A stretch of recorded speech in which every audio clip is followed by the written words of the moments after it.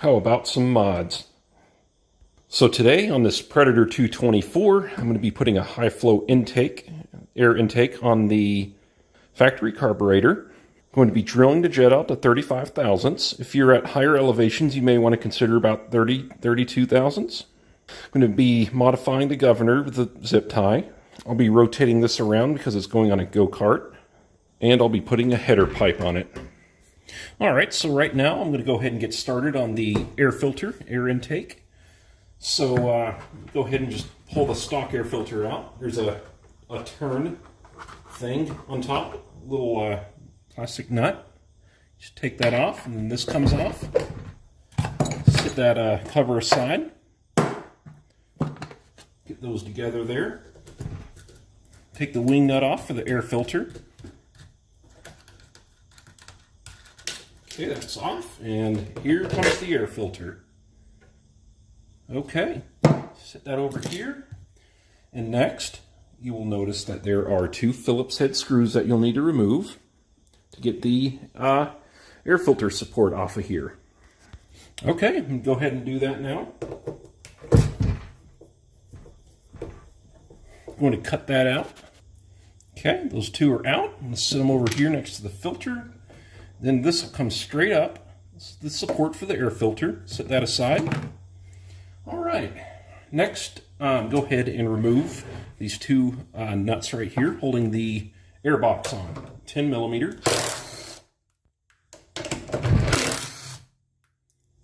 Perfect. All right. The next thing you're going to want to do is locate your evaporative emissions hose right here, and just go ahead and get this clamp slid back and pop this off of the nipple here, and then you'll be able to slide this off. This hose, like I said, is part of this. You may not have it on your engine, but this is a California certified engine, so this might just be for that particular model. This is I believe a charcoal canister, because the other hose goes up to the fuel tank. All right, I'm going to go ahead and slide this hose off of here like I just said. And it appears you will need to rotate the choke and turn the throttle, fuel shutoff off, if I can talk here. Slide this back, and then there's one more hose, and that's going to be the crankcase breather hose. You see that right there? That'll come off while you slide it off. There's no clamp on it, so not a huge deal there. I just kind of have my fingernail on the end of the hose to support it while I pull it off. Just like that. All right, so at this point, I'm going to choose to go ahead and remove that canister. So I'm going to rotate the engine like this, tilt it up. That'll give me access to these two 8mm bolts holding this strap on, which retains the canister. So at this point, I'm going to take the factory air filter, or you can find a suitable thing to support the engine. Go ahead and get the mount bolts off for the canister.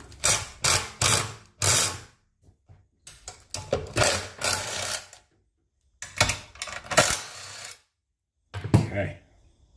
It does appear that these two mount bolts have a nut on the other side of the shield, so I'm going to remove this bolt right here, kind of pull the shield out of the way, and get in there and grab the nuts and support them while I pull the bolt the rest of the way out. No big deal. The shield will bend back. Okay. Nothing crazy, just enough to get your fingers in there. And as you can see, there's the nut. And there's the other nut holding the upper mounting bolt on. You just get your finger on it and hold it still. Get the bolts the rest of the way out. And then the nuts will want to fall out of the way. They may fall down through the bottom of the shield and land right here. Just in case you want to see that done, go ahead and get my finger on this nut here. Okay. That one is out, I believe. No, that bottom one's set a little bit of an angle there, so I'm going to take this one out by hand. All right. There's the nut and the bolt. The lower one. Now for the upper one.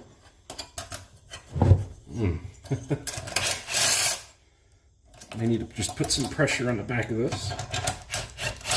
There, that supported the nut, just the pressure on that. Got that off of there. And there's the other nut. Fell down. Okay. Now I'm going to take this shield and bend it back. Just like that. And while you're bending it, you can go ahead and get your 8mm bolt threaded in. Always start hardware by hand. We're just looking to make sure it's straight. Alright, all good to go there. Okay, those mounting bolts out of the way. You should be able to just sort of pop this canister off. Just like that. Okay. Just so I don't give you guys any bad information, I pulled this shield back further just to make sure that these two nipples don't have any ports on the back of the engine, and they do not. So we're good to go there. Go ahead and turn the engine back around like this. And I'm going to go ahead. The one evaporative emission hose has already been disconnected from the carburetor. So this upper one here, I'm just going to cut it about right here. And just let the fuel tank vent to atmosphere. You can also put a filter on it if you want to. Same with the crankcase vent right here. That's not going to be used on the new air filter. So you can put a little air filter on that too, just a little breather if you choose to. You don't have to. Cutting the evaporative emissions hose off the gas tank right there. I'm doing it about right here so I don't get it too close to the exhaust. And then there comes the whole evap system right there. Throw it in the scrap pile. If you cut your hose about this this short right here, you will be able to remove this retainer right here for the hose just by removing this gas tank mount bolt, which you will need to do anyway to modify the governor. So at this point, I think I'm going to go ahead and modify the governor. You'll have to get the gas tank out of the way. So that one mounting bolt I showed you there, I was actually incorrect. That's the mounting bolt for the throttle linkage there. But that's no big deal. I'm going to go ahead and get that out of the way. The gas tank mounting bolt is to the left of it right here. You'll see it. It's right next to it. This off of here. Clean it up a little bit. Scrap pile. Okay, get that back on. All right. So next, in order to get started on modifying the governor, just take this mount bolt off right here. You can pull the throttle out of the way if you have to get better access to it. Get that out. And then there's going to be two nuts right here holding the gas tank on. Remove those. I'm going to be using a wrench to get that rear mount bolt for the gas tank off. Little by little, get it off. In order to aid in access to that bolt, since I have to remove the exhaust anyway, two 13mm nuts right here. Just pull the whole muffler off to help with access here. Sorry that I'm kind of all over the place here, but sometimes that's how it is. Since we'll be putting a header pipe on it anyway, just might as well get it off now. You know what I mean? Just get these two nuts all the way off. Two nuts are off. And here comes the muffler. And those are two lock washers that were on the muffler for the studs right here. Just make sure you find them. And make sure the gasket came off with the muffler. You don't want to double gasket it when you put your header pipe on. But okay, now that that is out of the way, flip the engine back around. Go ahead and continue getting the fuel tank mounting bolt off. The exhaust being removed will help. There's that bolt for the mount for holding the gas tank on. Set that aside. And now I'm going to go ahead and get the two 10mm nuts off, holding the back of the gas tank on. Okay, just a moment here.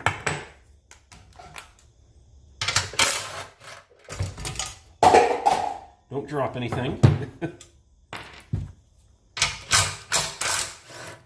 It would help to have an empty gas tank here so you don't spill, but it's not 100% necessary. Okay, there's the other nut.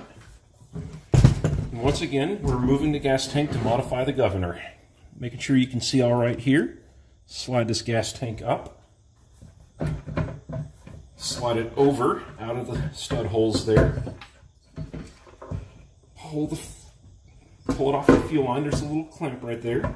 You may not actually have to do that. Just get it out of the way a little bit. You may stretch the fuel hose. Just be careful. That's good enough. See, I didn't even take the fuel line off right there. Okay. Do you see that spring right there? I'm going to modify that. Let me show you. Well, let me explain first. That's the governor spring.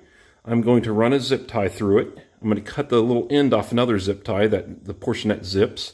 I'm going to run it down there and sandwich it in here to limit the travel of the spring. And that is going to limit the amount that the governor is going to hold back the engine. I've got two just standard size zip ties. Take one of them. Locate the little end here that zips. And cut it flush. Okay, now you got that. Set it aside. All right, so get you a good angle here. I'm going to run this. Is that a good angle? Yes, it is. Run this zip tie through here. Actually, before you do that, this will make it easier. Just go ahead and remove excess zip tie length so you don't have to put as much through. Run that through the spring here. And, all right, we're through. Now snips enough, keep enough on for the other end of it to slide on, but this will make it easier. Okay, now locate your other end of the zip tie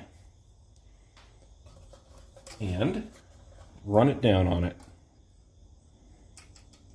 I hope this video is helpful. I'm sorry if I'm going too quick or talking kind of erratically here. Yeah, I hope this helps. Get this zip tie on. Okay, it's on there. It's run down partially. Make sure that when you push on it, you hear this. You hear that zipping. Otherwise, it's on backwards and it'll just fall right off. So make sure it's actually on there.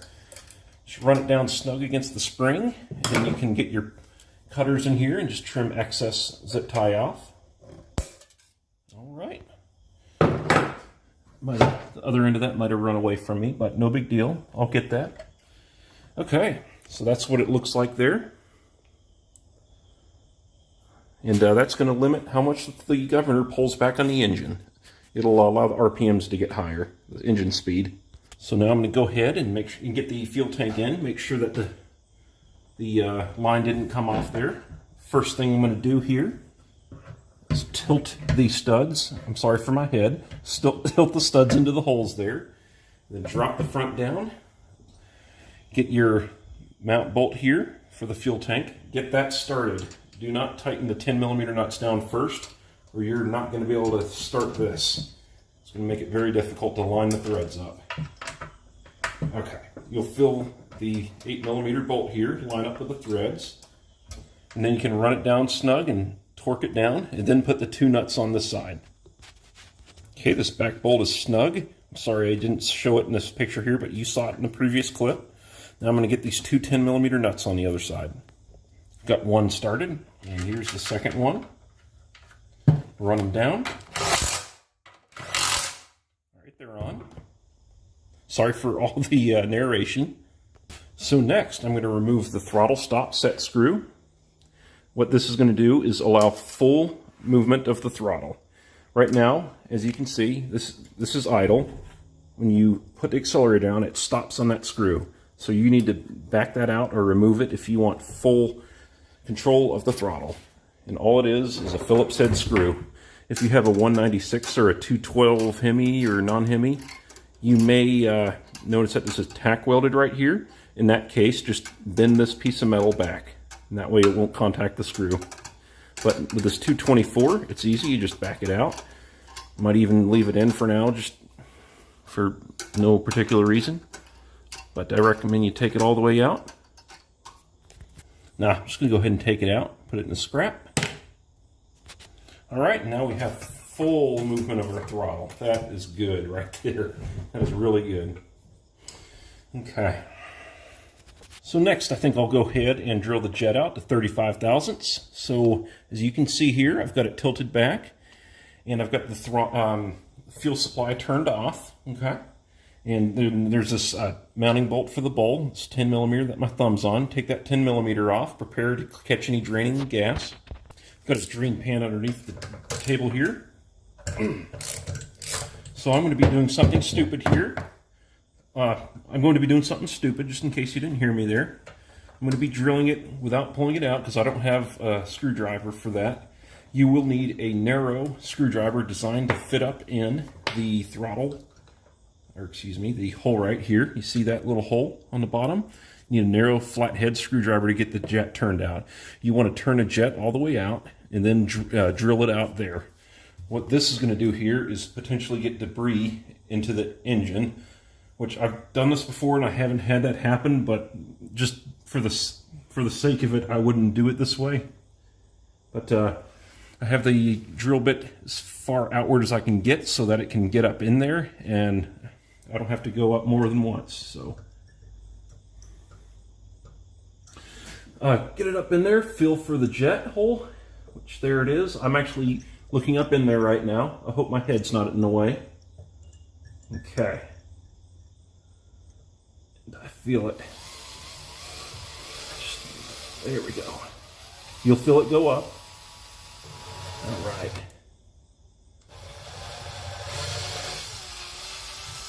Okay. I didn't hardly see anything come off of there, so. Ooh, got gas on my glasses now. Go on and get the spool back on. Oh, no. Another thing pulling the jet out will do is make sure you go all the way through. If there's any second guessing about whether you drilled all the way up, pulling the jet out and doing it properly will also aid in making sure that you got all the way through. All right. Set the engine down. I probably lost some of you guys at that little charade there with drilling like that, but if you're still here, we're almost done. All right, if you turn your fuel supply back on, you'll be able to check for leaks. Make sure you got the bowl on correctly and the gasket's in good shape. I don't see any leaks. Here's my air filter. I'm going to pull it out of the bag really quick here. Just take a second, and there it is. If you need links for any of this, let me know. I'll post them below. I'm not an affiliate of any kind, but just help you out, I don't mind. Here's the rest of the kit. The mount right here for the air filter, and then the hardware. All right, so the kit comes with this thick washer, or excuse me, a thick gasket here. So if you look here, I'm going to pull the factory gasket off. You must put it on in this orientation here, just like this, so that the feed holes line up. And what this spacer does is allow for this this here adapter to not contact the fuel shutoff. It gives it clearance. It does come with this bracket, which is designed to hold the choke down so it doesn't go flying off like this. All right, you can get that back in there now. Fasten it on with the included screw right here. Get it started in there. I'm going to say keep it loose for now so you can align it with the choke arm. Okay, just to show you right here, I'm getting it started.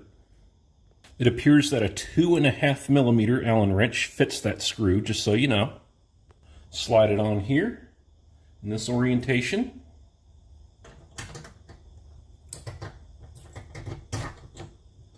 Okay, it's flush with the thick rubber spacer there that came with it.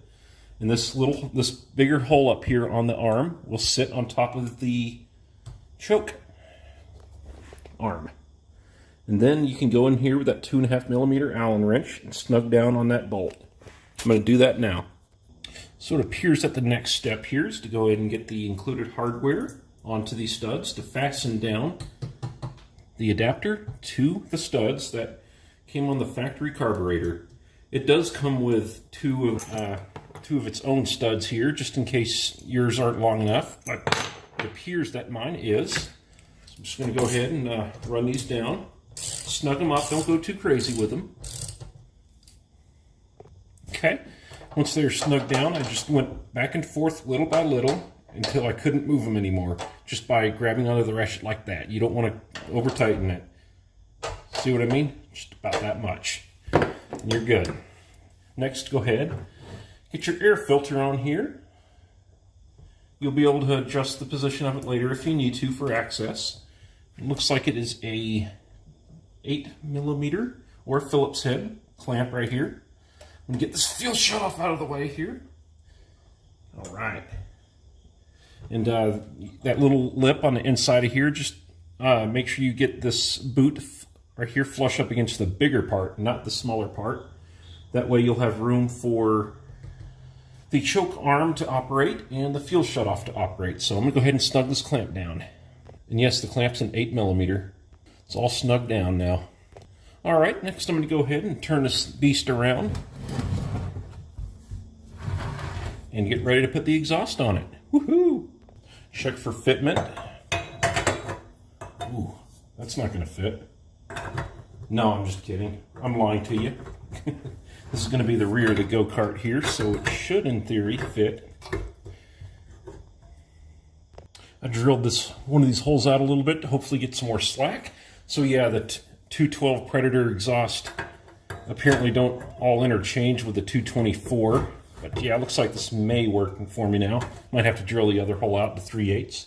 All right, that ought to make it fit. So I'm just gonna go ahead and get my gasket on there and I'll be ready for the exhaust.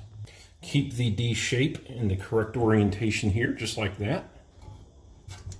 Might have to drill out the gasket too with the 3/8, no big deal. I'm gonna run these two nuts down and snug them up with a 13mm wrench. Just be patient with it. Okay, exhaust's good and snugged down now. Since this is going on a go-kart, I'm going to switch this coil around where I can pull this direction. 8mm bolts, 3 of them, and this comes right off.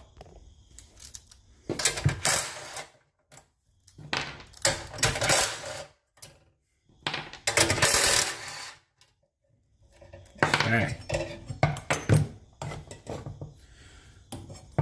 This turned around here, just like I said a second ago. Okay. See how the holes are lined up in this orientation here? Go ahead and get them started. One at a time. You don't want to run one all the way down and then not be able to move it around to line the threads up for the other ones. Okay. Do the other 3 just like that, other 2 just like that. Got it rotated around, finally. That was a little frustrating there, but got it on and it works. What do you say we let this thing breathe fire? Let's have at it, guys. All right, so the fuel's on, choke is on, and the ignition's on.